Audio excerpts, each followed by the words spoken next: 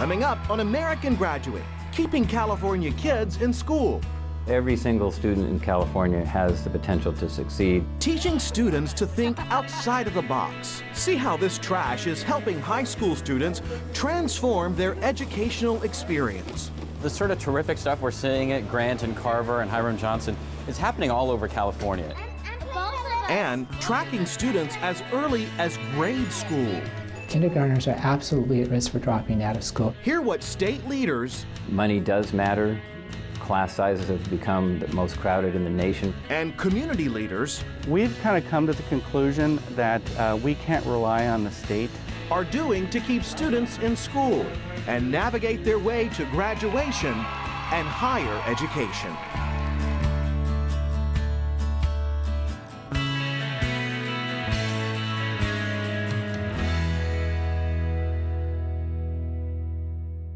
Education. It is the foundation for success in California and all across the country. Did you know that 3 out of 4 California high school students who started school in 2006 graduated on time in 2010? The 2009-2010 school year graduation rate was 74.4% statewide, with 18.2% of students dropping out of school. But today, there are several methods of training and teaching inside and outside of the classroom aimed at improving that dropout rate and giving more students opportunities to fulfill their dreams and go to college. Good afternoon, class. Good afternoon, ma'am. Take your seats. This is teacher Richard Harris's 6th-period class at Grant Union High School in Sacramento. Academy, attention. Academy, fall out. Poised, prompt, and properly dressed, these students are getting a classroom lesson in criminal justice. My captain with a phone on during inspection will ignore it. Officer Fillmore Graham with the Sacramento Police Department has teamed up with Mr. Harris. Together, they are giving these students real-world training in law enforcement. This is the Grant Union High School Criminal Justice Magnet Academy, located on campus. The academy falls under the umbrella of linked learning, an approach that transforms high school education and provides leadership skills that will help students graduate and go to college. This is one of several districts in California using this type of approach geared toward graduation. Academy, attention. We're required by state law to have at least 50% of our kids have to be at risk, and there's a state mandated criteria for at risk. So kids with low income, kids with attendance problems, grade problems, behavioral problems, and we take them, we try to give them a model to change their life to a positive situation. I feel like I was going to be a junior dropout, and I'm happy that this family has helped me out so much. The Career Technical Academies are a way of bringing students together to have an academic side and career preparation all in the same program. So it's a group of students, they take all their classes together during the entire 3-year program. We've really found that this model does so much for the students, particularly if they're in an environment that's really challenging. Link learning is an approach to transform high school education, and it has 4 major components. The first one is what we call a rigorous academic core, and in California it's an academic core that meets the UC A through G requirements, which are the requirements to enter college. The second component of link learning is what we call a demanding technical sequence. The third component is what we call work-based learning, and that means students are out in the community learning or on campus learning with actual industry professionals. And the fourth major component is what we call student support services. The motto of our academy is quitting is not an option, and I just need kids to understand that they already have all the tools that they need to succeed. It's just whether or not they're actually going to learn how to use them. The best place to put a program like the Magnet School program is in an at-risk community. You've got freshmen, sophomores, juniors, and seniors wearing a police uniform during the week. That takes a lot of courage. It takes a lot of just gut check to say, you know what, I'm going to stand up, I'm going to wear a police uniform, and I'm going to make a difference in my life, and I'm going to change my life. And for us, that commitment is we're going to put really strong police officers out there, strong as in great leaders, great motivators that can really show at-risk youth that there are alternatives out there, that they can make a difference in their lives. Mr. Harris, he gives us like the full insight into law. He explains everything. We have cloning. What kind of cloning do we have? Different districts in California have implemented the linked learning approach, using different models of education. Districts are doing this on their own throughout California. One of the beauties about linked learning is that it's not a federal mandate, it's not a state program. It's something that districts do locally with local business partners and nonprofits. The goal under the linked learning approach is to prepare students for college. And that's exactly what's happening in Vlastimil Kurbacek's third period class. Mr. Kurbacek runs the Health and Medical Sciences pathway at Hiram Johnson High School. It's a program that offers college credit. This machine's kind of cool. It's an electroporator. It's also a pathway to seek higher education by partnering up with professors and students at UC Davis and American River College. I think that this is what we should do in public education to help our students to understand that college is for everybody who can work and who is basically determination. Before I put my hands in there, what I have to do? Sterilize with what? Rubbing alcohol, right. So we're doing a biotechnology experiment today. We're doing plant tissue culture. So to get students exposed to what happens in real-life laboratories. So this is an activity that we do at our college, and we're bringing it down to the high school to have them give it a try. So I brought over some of my equipment and supplies so that students can get an experience of what they'll be doing if they come to our program at American River College. Vlastimil Kurbacek will help you find jobs or internships and help you get more involved into this pathway and into the medical field. By having Vlastimil, it's really challenging because he lets us be independent and he lets us be adults, and he shows us how to be mature and so how to be ready for the world when we're out of high school. Linked learning covers many areas. There's even a program for agriculture. About 1 every 2 inches. While funding varies from program to program, it is a critical component to keeping curriculum going. Within California, linked learning is largely funded by the James Irvine Foundation. We need to develop systems of support and excellence from the ground up, and that's why this regional cooperation and collaboration is so important. Linked learning is, I think, one of the most important education reform concepts going on in this state and maybe in the country. We're trying to change a big tanker going one way and move it in another way to say there has to be more of a relationship between public education and the economy. What is it in some of the partnership academies that's working so well? What is it in some of the charter schools that's working so well? What is it in some of the magnet schools? As the head of the Department of Education for California, I am gathering together best practices in a number of areas where we can inform teachers and principals and administrators of some of the successes that have occurred in other schools in California. And that goal is happening in schools throughout California. Right now, if we look at seniors in linked learning pathways or career academies across California versus seniors in what we would call just a general program, about 85 to 86% of seniors would graduate from the general program. 96% of seniors in linked learning pathways and career academies finish high school. The governor just signed the first ever legislation supporting linked learning. The pieces are coming together as the state's political leadership is seeing what's going on in schools and saying, we want to help accelerate that and make sure that that's possible for every child in California. In the future, I see myself working for law enforcement. I plan to work for the FBI. It's going to be a long road, but I'm looking forward to it. In the future, I feel like I'm going to go to Long Beach Community College to transfer to CSULA to be a firefighter. I'm going to miss being here because this academy is amazing. It's like one family, and like after we graduate, we're going to go into different stages and we're probably not going to see each other, but I hope we stay in contact. Graduation for us is, we have our own graduation, and it always brings tears to my eyes. The sort of terrific stuff we're seeing at Grant and Carver and Hiram Johnson is happening all over California.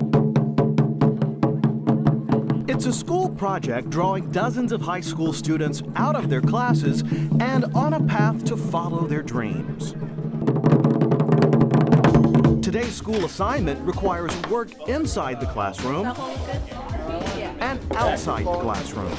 Hey, give me that too. He walked through a path of all the sculptures that were created out of waste. And that's to bring light to that you can collect this waste and use it to make something beautiful. Behind this artwork, there's a much bigger creation going on at this high school in Sacramento. We're using the Waldorf methodology as well as linked learning. We do integrate projects as much as possible. We work with the community as much as possible. So the whole idea with Waldorf is teaching the whole kid. George Washington Carver School of Arts and Science in Sacramento is one of the first public high schools in California to implement Waldorf methods in education. This mode of education was developed by Rudolf Steiner in 1919. So how are you going to do the presentation? I'm doing the story. Waldorf education exposes students to projects that link key disciplines like math, science, English, physics, the arts, history, and agriculture. We want to have them close, about half an inch away from the drip line. This approach to education even attracted an independent film crew from New Jersey. There are only 2 Waldorf public high schools in California, Credo in Sonoma and George Washington Carver, which is 4 years old and is tried and true and proven to be an incredible success. In California, some visionary school superintendents realized Waldorf is too good, so let's throw Waldorf in the hopper of school reform, give it a try, even though there are many things in Waldorf education that are quite different from state standards. Carver was envisioned as part of a 10-year district-wide high school reform effort. And part of that effort was to open small high schools, under 500 students. There are only private Waldorf high schools in the country. I thought that if what we knew in the private sector was working so well and was so inspiring, why wouldn't it work for public school children? I guess I rose to the occasion feeling like I wanted to test the principles of Waldorf education. Students, we need your attention! Principal Alessandri isn't the only one testing Waldorf education in a public school setting. Students and teachers are learning too. Dana Jenks is the physics teacher and helped organize a river field trip where students spent their Saturday morning picking up junk. The assignment requires community involvement and links several subjects into one project. We've got basically 5 California state physics standards wrapped up into this project. We got serving, so they were out in the community, as well as learning some design principles and problem solving. I found some driftwood and some styrofoam, and we're going to be building inside of our physics class a dragon, which is what we are using to represent our waste. The debris-filled dragon then goes on display. It's a celebration for the entire school to enjoy. So your education is hoping that you will develop into the kind of person who can see the difference between right and wrong and have the courage and the capacities to make a difference and slay the dragons in our world.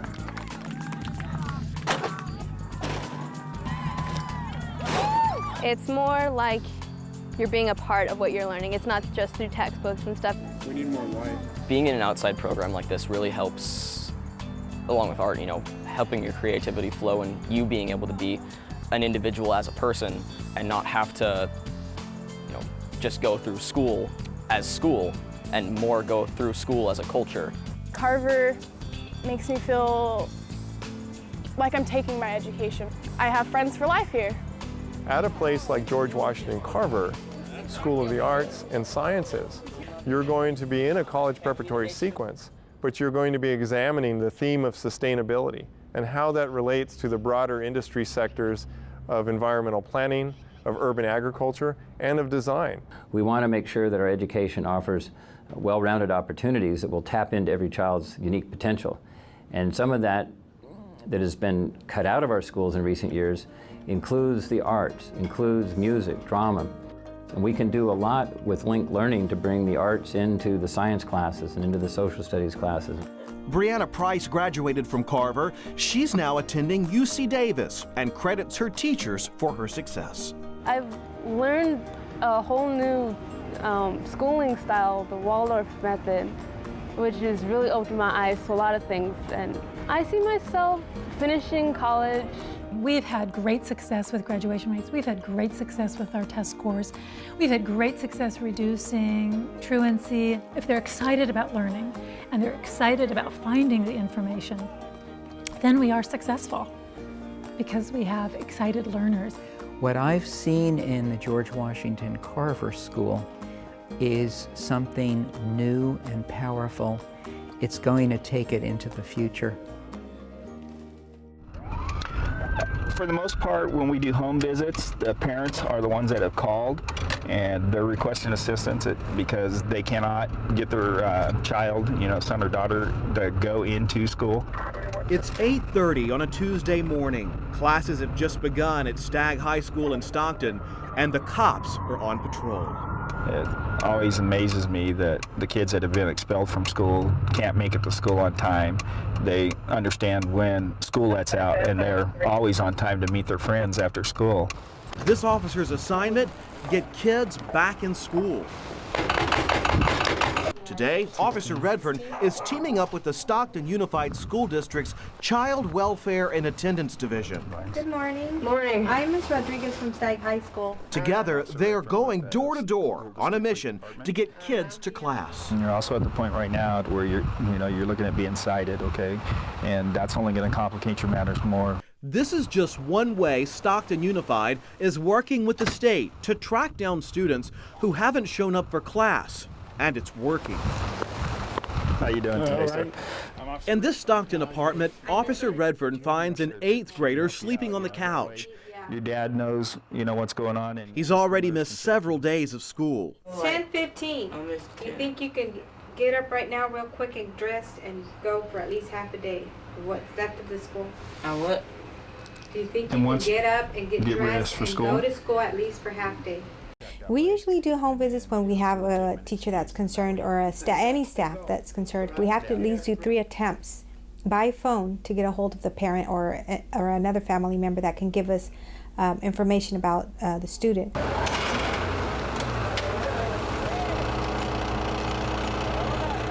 We were hoping that you would refer to counseling through Loud Community or some kind of counseling where the parents are going to have to go and... Back on campus, there's another fight to keep students in school. So if you don't want your mother to go to jail for not sending you to school, then you too, as smart as you are, clean it up. You missed 25 first periods, 24 second periods, 22 third periods, and 20 fourth periods. So it's not just not getting up on time. It's me not wanting to go to school. Students who are excessively absent, truant, or tardy end up here. When you don't go to school, where are you, hon? Mostly at the house. It's mandatory for parents and students to face a panel known as SARB, or School Attendance and Review Board. You were gone over the weekend, the 14th, 15th. Counselors, teachers, probation officers, and child welfare and attendance ask the students directly, why are you not in school? How do you go from being okay at Hamilton to not doing too well in high school? What went wrong? Honestly, I don't even know. Students are given one last chance to turn around poor attendance. They have 3 months to prove they will attend class. Otherwise, they face severe consequences. The state is cracking down. In California, there's a law that just went into effect. In really tough cases where the school was not successful and the district was not successful in working with the parent, then the parent gets referred to court. And if the parent doesn't follow the directive, there can be a severe legal penalty to the parent, up to a $2,000 fine or a year imprisonment or both. This is a community problem. This is not a police problem, it's not the school district problem, it's not the teacher's problem, it's not just the parent's problem. All of us have a stake in this. You all remember this headline? This was our reality in October 2007. Edison High School, which is part of Stockton Unified School District, was California's worst school for dropouts, with 54% of its students quitting. Ladies and gentlemen, this would never happen again, ever.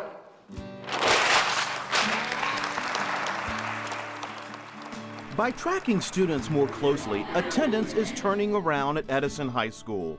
The dropout rate dropped to less than 18% just 1 year later. But positive changes aren't just happening at Edison. They're happening statewide because of a better tracking system through the Student Identifier System, also known as CalPADS. For the first time, we took students who were 9th graders from the year 2006-07, and we followed them through their 10th grade year and 11th grade year and 12th grade year until their expected graduation in the class of 2010. So after those 4 years, we followed them whether they transferred schools, transferred out, or transferred in, and we were able to account for each and every student in the state, and we were able to calculate a rate based on the number of students who graduated versus the number of students that came in and out of a school or a school district. The state is also starting to track students in elementary school. A lot of times we focus too much on the high school dropouts when the problems have started much earlier than that. And we're seeing some surprising statistics that as early as kindergarten, first grade, students are missing school too frequently. Eventually, what we want is a system that will start as early as preschool, will not end with 12th grade, but will go beyond that into higher education and even beyond higher education in the world of work.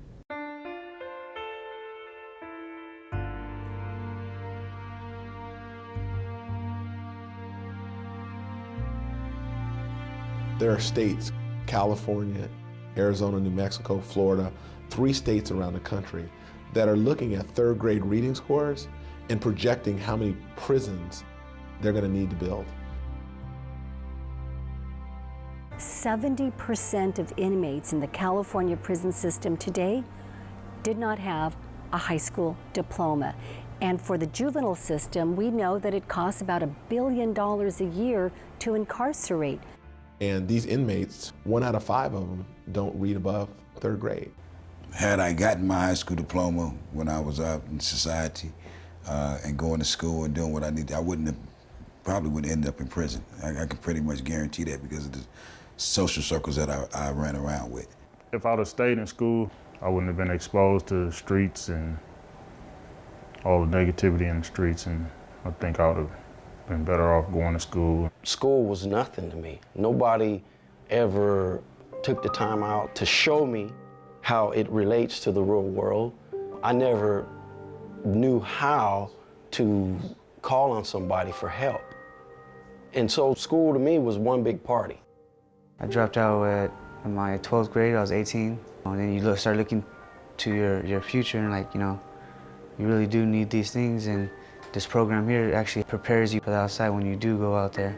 You already have your GED, or you have vocational skills or a trade or something you learn in here, and you go out there and you're ready for what's coming up next, instead of just going out there with nothing.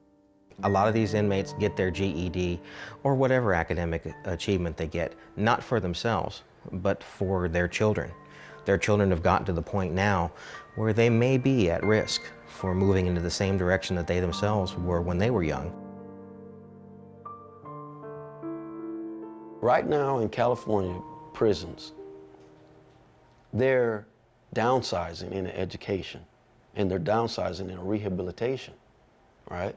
And we're also facing a release of many thousands of people back to the society. Guys that go through these programs are less likely to reoffend. I think it's kind of backwards that we cut education at a time when we need it so badly.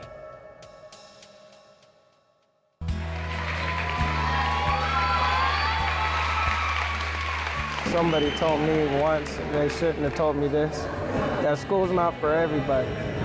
And I had took that at heart as a young student, and I just went with all the bad.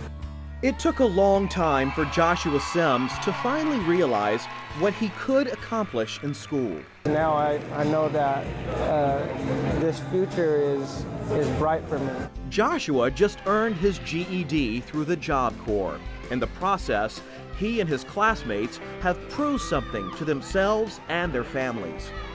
I've never done anything to make them proud, And I'm just glad I could put a smile on their face and actually say I achieved something. Job Corps is a federally funded program through the U.S. Department of Labor. Job Corps is a career training vocational facility that works with young adults 16 to 24. They can come in, have the opportunity to obtain their GED or high school diploma. I have a bright future now, like most likely in either military or law enforcement because of my instructor. Basically, after we cultivate we've made improvements. There's certainly a lot of dedicated people who commit themselves to public education.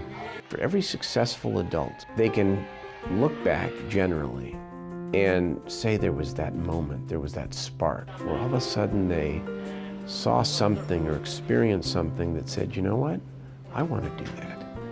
And that can be a path to their future.